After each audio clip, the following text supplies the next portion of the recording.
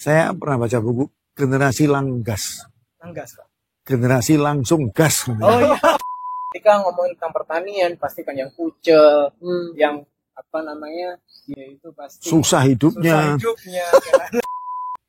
Banyak sekali inefisiensi yang terjadi gara-gara karakter manusia.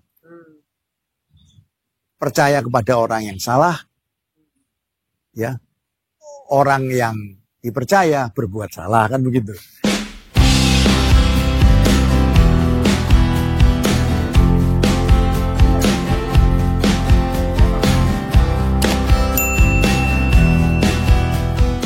Halo teman-teman, sekarang kita ketemu lagi nih ya di channel Unsur Surabaya. Nah, saat ini kita kedatangan spesial nih, dosen-dosen. Nah, kebetulan yang sebelah paling tua ini ya. Ini memang mantan dosen saya. Makanya kebetulan lagi saya culik-culik, ayo bantuin ini ngeramein channel. Sekaligus praktisi lah. Ya, sekaligus praktisi. Bapak sekarang ngajar banyak ke swasta ya di Surabaya aja ya. Swasta. Anulah sharing-sharing ilmu, bukan ngajar, jangan ngajar. Sharing. Oh, sharing. Sharing. Ya, sharing. Tahu saya beliau ini sharing knowledge. Memang praktisi sih. Nanti kita kulik lah praktisi apa ya. Nah, kalau yang satu lagi ini dosen di kampus negeri di Surabaya juga. Nah, beliau berdua ini dosen manajemen. Nah, tapi sampingannya itu lagi ngurusin pertanian. Makanya kita ini bahas tentang tema-tema pertanian. Nah, dimulai dari ini aja deh. Ini Bapak ini kan sudah berapa lama ya Pak ngajar? Bukan, sharing Pak, sharing. Sharing udah mulai kapan Pak? Saya mulai sharing itu waktu saya selesai pendidikan saya di Pasca UNER. Tahun 95 saya mulai. Waktu itu saya diminta ngajar di salah satu perguruan tinggi swasta yang berbau nama kota kita begitu ya. Ceritanya begitu ya. Nah, terus kemudian dari sana ketagihan gitu ya. Ya, ketagihan, addicted, terus ke beberapa tempat yang lain. Jadi Bapak banyak ngisi di kampus-kampus selain yang ini ya, nggak satu lah intinya. Ya, pada saat masa-masa produktif ya. Oh, iya. Selain bekerja sebagai entrepreneur, sebagai profesional juga, dan ngajar, sharing knowledge. Saya selalu menyebut diri saya praktisi yang belajar teori. Karena dari praktisi dulu baru belajar teori.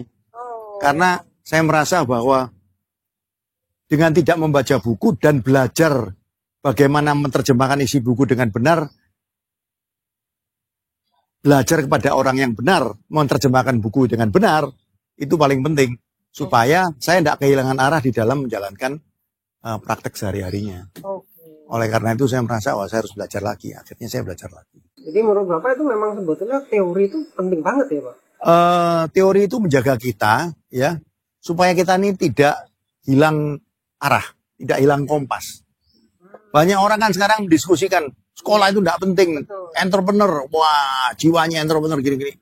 Kalau memang sekolah itu tidak penting, bos-bos yang saat ini menjadi bos-bos nomor satu orang terkaya di dunia, ya kan? Yang katanya ngakunya dulunya universitas nggak selesai lah, sekolah nggak selesai. Anaknya ini lulusan perguruan tinggi top dunia semua. Anak-anaknya pewaris mahkota kerajaan bisnisnya ini semua lulusan universitas top dunia semua. Kita ngomong Indonesia saja lah. Ya, betul. Dari yang nomor 1 sampai nomor 10. Orang terkaya di Indonesia, bisnismen terkaya di Indonesia. Coba diselidiki aja, anak-anaknya lulusan mana? Lulusan Wharton, Columbia, Harvard, Stanford, minimal UI, ITB, Gajah Mada. Iya, nah kalau ada yang orang ngomong terus, sekolah tidak perlu, ya lihat momennya lah, lihat zamannya. Ngono Mas ya? Ya kan? Nek zamannya memang padha wong akeh gak sekolah nih yo gak apa-apa ya kan ngomong. Ini sekarang zaman wong sekolah kabeh. Berarti kalau menurut itu ya mengakui ya bahwa sebetulnya iyalah, itu penting lah. Dan juga sekaligus selain membina jaringan kan supaya tidak kehilangan kiblat ini tadi, ini kemana ini nantinya. Gitu ya teman-teman ya. Nah, ini menarik ini. Nah, kalau tadi ngomong belum sampai mengenalkan nama ya sampai saking anunya. Ya, terlain teman-teman. Ini Pak Agus sama Mas Alfian. Nama saya Agus Suryajaya. Panggil Mas apa, Pak? Panggil Mas aja. Ya, Mas aja ya. Ya. Saya generasi baby boomer. Baby boomer. Akhir-akhir baby boomer. Oke. Jadi saya kelahiran tahun sekitar 60-an. Baby boomer. Lumayan, Pak. Itu kayak usia iya Bapak saya. Sekarang enak. Kepala 6. Kepala 6. Iya, menarik. Oke, kalau Mas Alfian ini kesasar dosen ini gimana ya? Nah, iya. Iya Mas, memang ceritanya memang dari itu tidak punya apa ya, tidak punya cita-cita atau tidak punya yang namanya keinginan sebenarnya di awal itu untuk jadi dosen. Cuman setelah saya lulus itu tahun 2015, saya lulus dari MBA ITB itu, saya coba perintis bisnis sebenarnya. Bisnis dari saya jadi ya tadi sama mungkin hampir mirip sama Pak Agus ya. Jadi dulu saya entrepreneur, saya profesional, jadi pernah jadi entrepreneur kita bikin yang namanya startup dari 2015, zamannya Bu Risma itu waktu itu. Terus akhirnya 2017 saya coba untuk di sektor profesional jadi financial planner. Jadi salah satu ini apa namanya penjual asuransi ya sebenarnya. Dari tahun 2017, terus akhirnya 2018 kebetulan memang dari keluarga besar saya itu kan dosen. Beberapa yang dosen kebetulan ini itu menyarankan, kenapa Mas nggak coba untuk jadi melamar jadi dosen. Terus kemudian 2015 saya coba tuh masuk di awal untuk jadi dosen. Kemudian memang ternyata dalam prosesnya di dosen itu memang menyenangkan karena kalau saya pribadi sih memang di dosen itu nilai manfaatnya itu yang saya rasa memang sangat apa ya nilainya tinggi dan tak ternilai menurut saya. Kalau dibandingkan memang kalau dosen itu kan mikirnya ya harus tridharma harus apa memang, tapi intinya kalau saya pribadi memang berbagi itu lebih ilmu ya khususnya pengetahuan itu menyenangkan. Ya soalnya kan kapan lo di TikTok itu kan hashtag jangan jadi dosen itu kan sempat viral itu kan. Terus saya juga sempat tanya-tanya ke teman-teman saya yang yang dosen gimana nih. Ya sebetulnya ada beberapa teman saya itu yang ngeluh juga karena merasa saya ini bebannya tuh besar sekali karena apa sekaligus ya ngajar, terus update ilmu, kemudian curhatan mahasiswa itu kan harus dengerin, terus penelitian, nah gitu-gitu kan bebannya cukup besar. Nah, sehingga waktunya itu lumayan menguras gitu. Curhatannya sih gitu. Tapi kalau dimulai dari seneng begini ya, tapi gimana nih kalau Cuman memang kalau menurut saya sih ke depan itu harus ada semacam benefit mutualism. Jadi kerjasama yang saling menguntungkan ya. Ada beberapa seperti saya ini kan kalau saya disuruh menerapkan tridharma nggak mungkin. Karena bagi saya berat kalau saya harus menerapkan tridharma. Saya punya bisnis, ya kan? Dan kemudian saya harus melakukan penelitian. Lah kalau penelitian ini tidak ada hubungannya sama bisnis saya susah. Susah ya. Terus kedua, saya harus mencurahkan full waktu saya untuk membenahi silabus katakanlah begitu. Ya kalau mengajar kan harus membenahi silabus, update, kemudian terus interaksi dengan mahasiswa dan sekarang interaksinya kalau zaman sekarang jadi dosen zaman sekarang sudah bukan lagi interaksi cuman waktu jam kuliah saja. Di luar jam kuliah pun tetap harus ada interaksinya.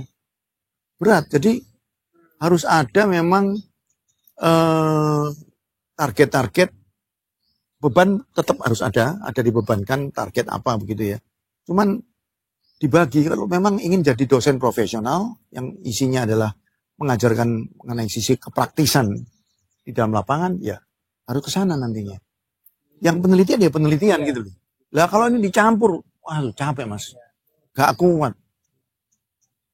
Kalau saya pribadi loh ya, saya nggak tahu ada yang bisa ya silakan, tapi saya nggak bisa. Saya merasa nggak mampu. Itu kan nisbi ya. Nggak bisa firm kalau menurut saya. Kalau menurut saya makin susah. Nah, ini kalau dari Bapak tadi apa namanya mahasiswa nih, tadi ngomong masalah beda sama dulu sama sekarang. Ini maksudnya gimana nih Pak? Bedanya itu apa? Bahwa dosen apa mahasiswa sekarang ini lebih akrab atau malah nggak tahu diri atau gimana ini kok sampai di luar jam gitu itu gimana nih Pak? Ya ini kan saya harus karena saya punya pengalaman sebagai orang tua, anak saya juga masih ada yang mahasiswa dan sudah ada yang sudah selesai juga gitu ya.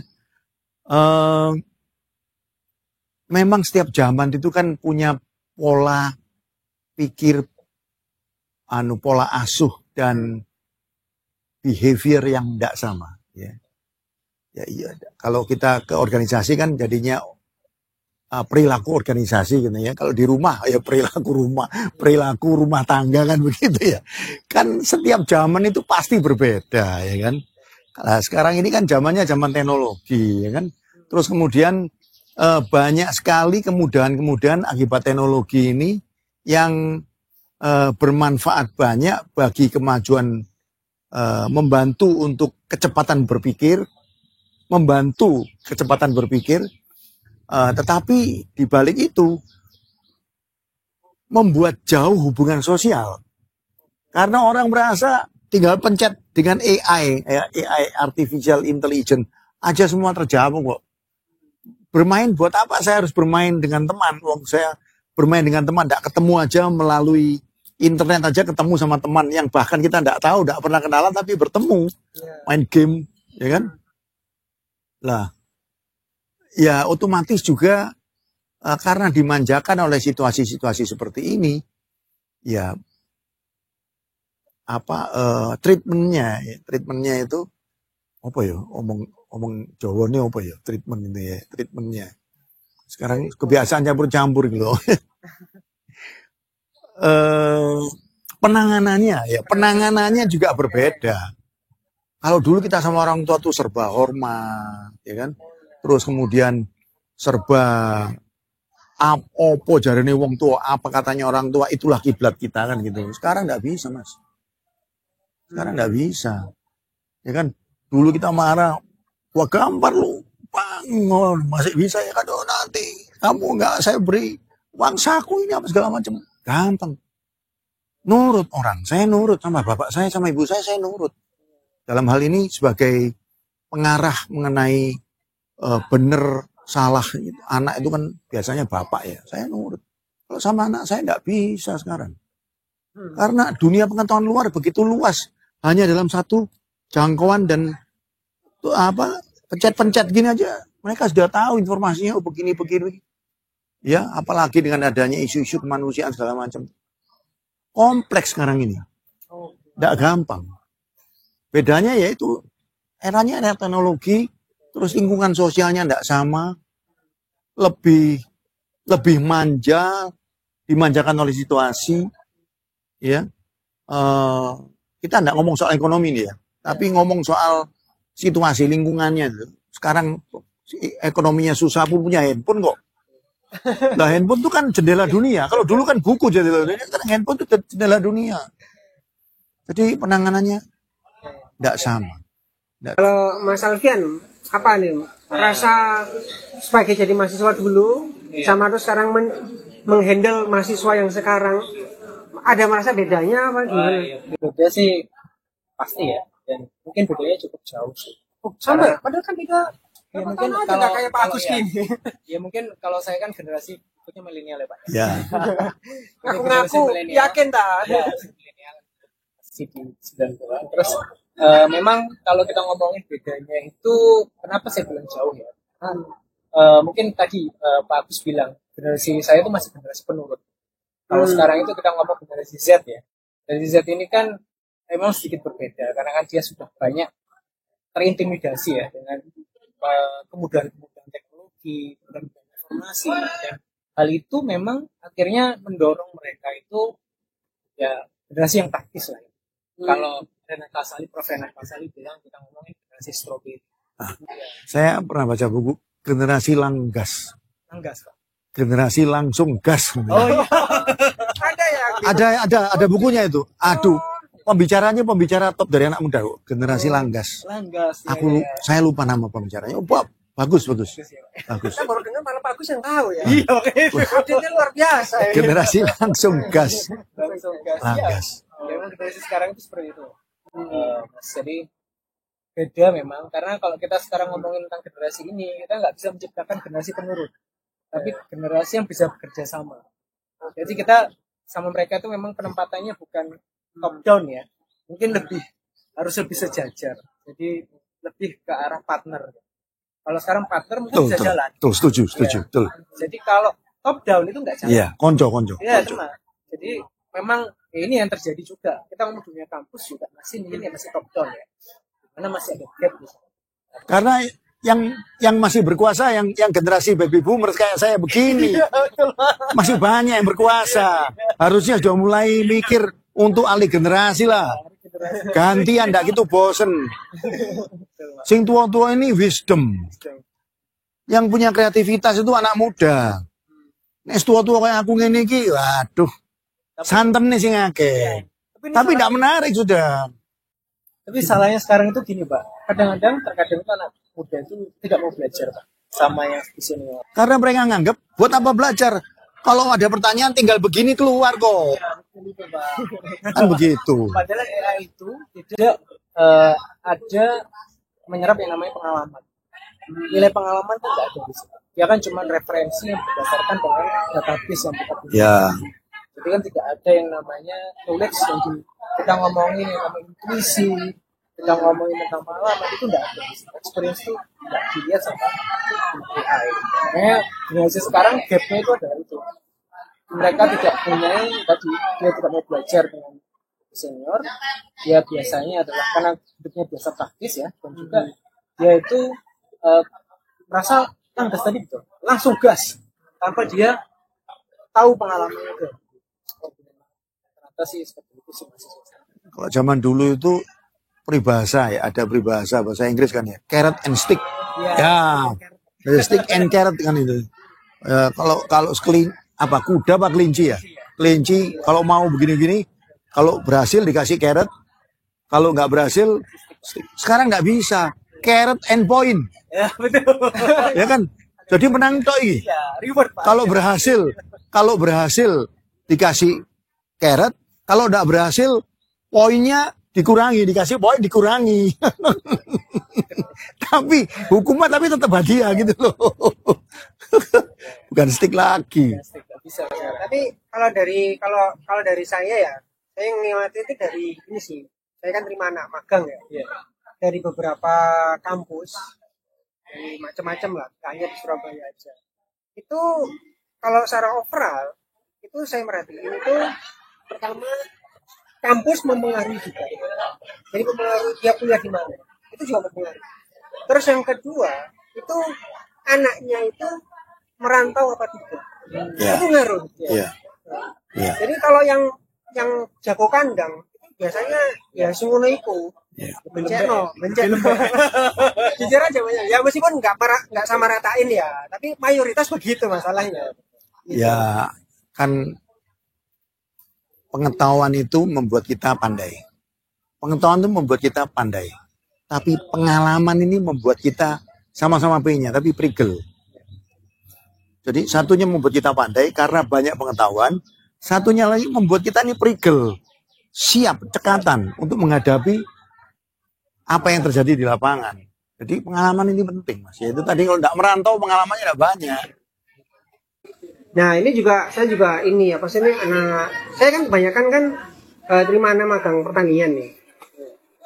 Itu dulu itu ya awal-awal itu saya sering ketemu mahasiswa yang seneng eksperimen.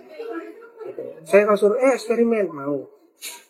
Sekarang ini kalau bisa tuh menghindari panas. Ini kan pertanian gitu loh. Maksudnya, oke, apa nih?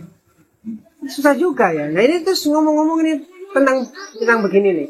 Menurut bapak-bapak ini ya. Jadi bapak-bapak ini.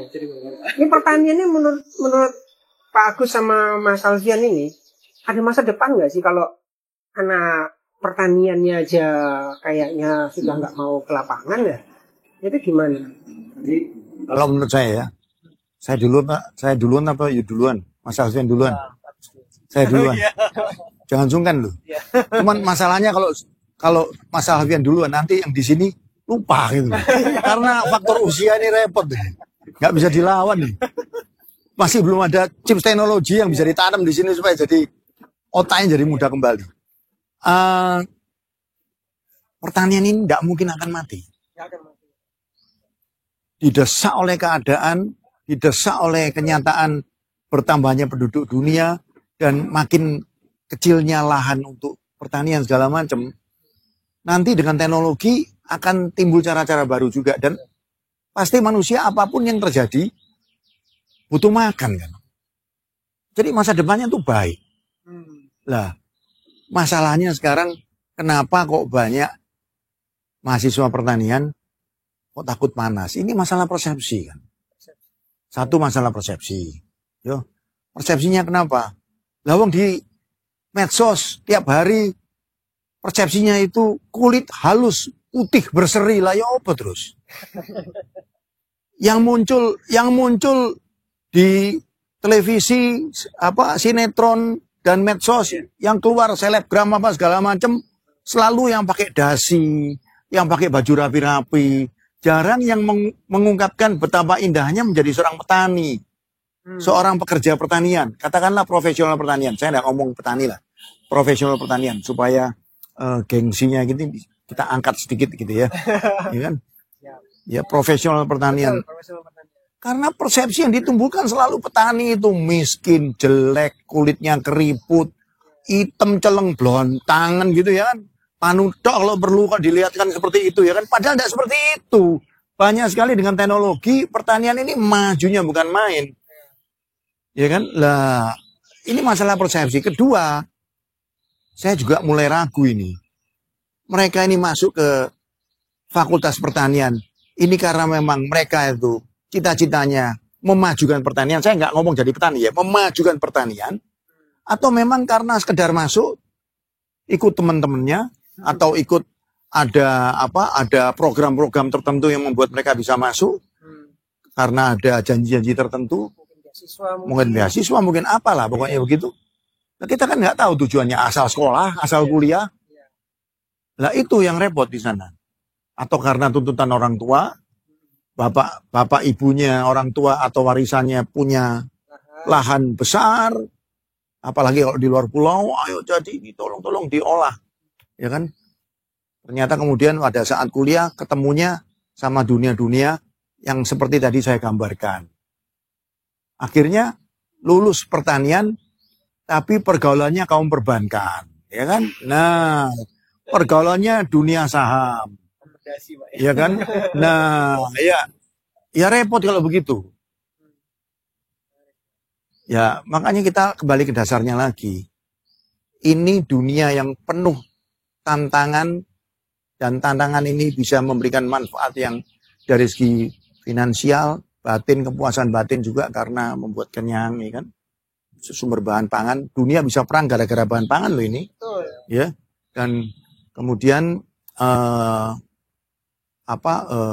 mereka sendiri niatnya bagaimana kan itu. Persepsi ini repot soalnya. Itu dari saya sih, pendapat saya. Kalau Mas Alvin mungkin mau nambahin? Ya. Atau Ya bukan nambahin, harus belajar juga nih. oh iya. Mesti kita harus lihat sudut pandangnya Mas Alvin. Bagaimana Mas Alvin? Ya. Jadi menurut saya gini, Pak, memang kalau kita melihat faktanya, jadi minat mahasiswa atau calon mahasiswa mengambil pertanian ini memang sekarang sedang menurun. Ya, Di kampus beberapa negeri yang Bapak ini ya kebetulan menurun. Jadi antara yang namanya kuota sama peminatan ini kadang banyak kuotanya. Ya ini salah satu aja ya kita coba. Nah, tapi saya melihat gini, mungkin ya itu karena benar tadi yang diungkapkan sama Pak terkait persepsi itu kan masih melekat ya. Apalagi anak sekarang kan memang tidak lepas dari informasi sosial media di mana yang tiap hari dia lihat adalah orang yang ganteng-ganteng, orang yang cantik-cantik. Ketika ngomongin tentang pertanian pasti kan yang kucel, yang dia itu pasti Susah hidupnya, dan lain-lain, penuh dengan perjuangan dan lain-lain. Intinya ya itu yang memang stigma itu yang muncul di melekat di anak-anak muda sekarang. Cuman saya sedikit optimis mungkin ya kalau kita coba kaitkan itu dengan apa yang mereka sukai sekarang. Contohnya adalah mungkin kalau kita coba kaitkan pertanian dengan teknologi, ini kan sesuatu yang terbaru. Memang teman-teman dosen itu juga di Agrotek itu berusaha untuk menyelesaikan suatu masalah yang sifatnya ada di pertanian itu dengan teknologi, beririsan dengan teknologi. Kita ngomong IoT itu ya, Internet of Things, atau kita ngomongin beberapa alat-alat pertanian sekarang sudah cukup baik. Apalagi sekarang sudah ada urban farming. Yang sebenarnya urban farming ini kalau kita melihat nih dari sudut pandang mereka, ya kamu mau farming, mau bertani tidak harus ke desa atau di lahan yang persawahan. Jadi kamu bisa farming sendiri di rumah atau di lahan-lahan yang sudah tersedia di kota. Terus yang kedua, sekarang itu mungkin ya karena kita ngomongin tentang teknologi, kita ngomong juga kemarin sempat ada yang namanya vertical garden atau vertical farming, karena keterbatasan lahan apalagi sekarang ya kita ngomong yang namanya pangan itu tidak berkurang. Kenapa? Populasi manusia tetap bertambah. Malthus. Ya. Jadi pasti ini berbanding lurus ya antara yang namanya manusia populasi bertambah dengan kebutuhan pangan. Jadi dengan kebutuhan pangan yang tadi yang dia semakin sempit, mulai dialihfungsikan menjadi pertambangan atau dialihfungsikan ke bisnis atau industri yang lain, itu salah satu memang yang harus kita dorong adalah inovasi-inovasi di bidang teknologi atau inovasi di pertanian. Karena gini, anak-anak ini mereka cenderung karena mereka sangat erat dan dekat dengan teknologi, mereka merasa lebih nyaman. Jadi memang mendorong anak-anak ini memang ya kita harus mengetahui apa sih teknologi terbarukan terkait agriculture, agriculture ke depannya itu memang harus ditekan. Dan pihak kampus sih, beberapa pihak kampus sekarang memang lagi mendorong itu dari sisi teknik. Cuman ya itu tadi kembali lagi bahwa pengertian dasar atau pendidikan pertanian itu memang harus mereka dapatkan juga di sekolah menengah. Jadi supaya mereka itu nggak kaget. Kebanyakan anak-anak itu kan dia sekolah menengah untuk jadi masuk di agribisnis atau agrotek itu bingung mau ngapain. Antara mungkin ya tadi alasannya mungkin disuruh orang tuanya atau mungkin ya karena di sana kuotanya banyak dan peluang saya masuk negeri lebih besar. Itu banyak muncul yang namanya stigma seperti itu. Makanya sebenarnya kita mulai dari pendidikan lebih dasar. Lebih dasar itu dalam artian ya mungkin kalau kita ngomong pendidikan di sekolah dasar mungkin kan sudah ada yang namanya pendidikan iptek gitu ya, terkait dengan pengembangan atau sekolah alam sekarang sudah ada sains dan lain-lain. Itu kan sudah mereka mendorong untuk dekat dengan alam. Terus sekarang di Green School yang ada di Bali itu semua ekspatriat yang sekolah di sana. Tapi justru yang orang lokal itu enggak. Mereka banyak ke organik. Ya, dan mereka organik betul. Ya, didukung sama beberapa perusahaan-perusahaan asing yang melokalkan diri. Melokalkan diri kawin sama orang lokal, ya kan? Udah itu terus kemudian buka usaha di sini, terus mereka mendukung kembali karena mereka menganggap beberapa tempat di daerah Karangasem sampai Ubud itu masih bisa untuk pertanian. Nah itu mungkin pendekatan seperti organik. Harus lebih. Saya masih ingat itu salah satunya itu ada perusahaan silver ya, silver sama emas, John Hardy itu. Itu namanya pengusaha namanya John Hardy punya itu di Bali. Lah itu salah satunya penggerak masalah pertanian organik. Dan di Bali itu ternyata sempat saya banyak NGO Pak. NGO yang bergerak memang untuk tadi menyelesaikan masalah SDG. Mereka beroperasinya seluruh Indonesia sih. Kalau di Indonesia seluruh dunia malah, cuman base-nya memang percontohannya dari Bali. Lah, yang jadi tadi mention saya tadi ya, kan sekarang musimnya kan mention gitu ya. Nah, saya bukan sok bahasa Inggris, enggak lah. Saya berusaha untuk berbahasa Indonesia dengan baik kok. Kita ini kemudian persepsi ini loh. Untuk supaya bisa kita menumbuhkan persepsi yang baru ini, kita harus banyak piknik. Betul. Jangan kurang piknik. Ada istilah kurang piknik. Kan ada beberapa tahun yang lalu kalau nggak salah ya, itu kurang piknik katanya begitu kan. Nyindir beberapa pejabat. Kurang piknik maksudnya itu kurang melihat dunia nyata apa yang terjadi kan begitu ya kan. Ya kalau ada acara tour travel, mbok acaranya tuh agrowisata kan gitu. Jangan cuman ke Menara Eiffel aja, mbok lihat ke Vietnam, dunia pertanian di sana bagaimana, ke Thailand, dunia pertanian, terus ke Prancis, dunia tanaman, jadi petani anggur bagaimana. Di sana, di beberapa tempat itu, petaninya itu petani yang semuanya itu minimal mobilnya itu Mercedes-Benz, ya kan. Kemudian Fortuner kan begitu kan ya. Bukan terus yang seperti digambarkan di Indonesia, selai padi dia jadikan mobil kan gitu ya kan.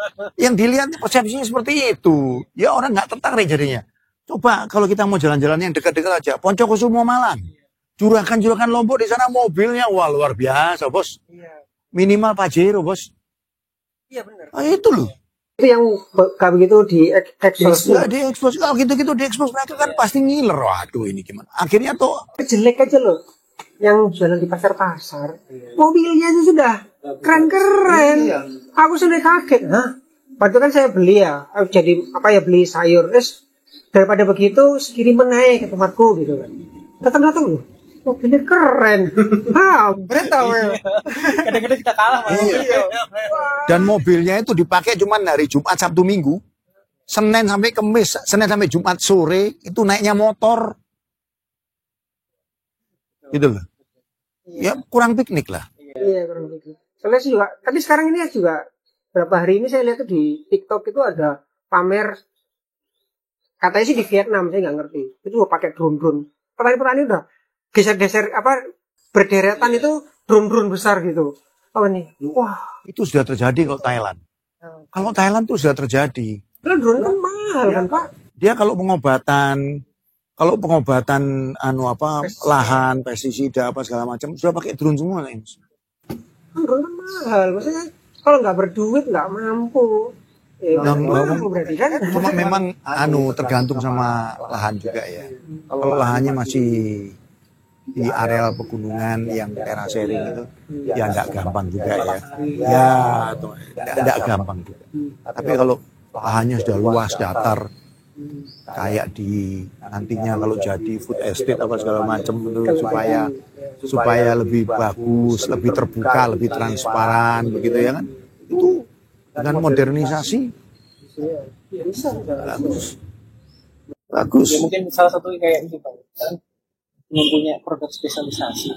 Jadi produk yang memang ditumbuhkan untuk wilayah itu aja. Jadi kita itu kan selalu ya masalahnya kadang-kadang kalau di pertanian itu kan terlepas dari masalah-masalah bermodal dan lain-lain.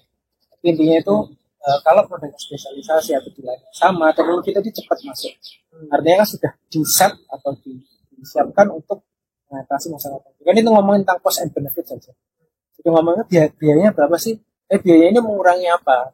Mengurangi ketidakpastian, mengurangi namanya human error dan lain. Ini digunakan kan yang teknologi pasti mahal, cuman teknologi itu kan sebenarnya memotong efisiensi dan efektivitas. Jangka pendeknya mahal. Tapi jangka panjang returnnya bagus. Jadi memang harus dilihat jauh. Dan ada salah satu kesalahan, ya saya harus terbuka ya. Ini juga pesan untuk teman-teman entrepreneur lain ya. Cold chain itu ya kita ngomongin barang-barang yang melalui cold storage. Ada banyakkah yang masih memikirkan di dunia pertanian atau perikanan?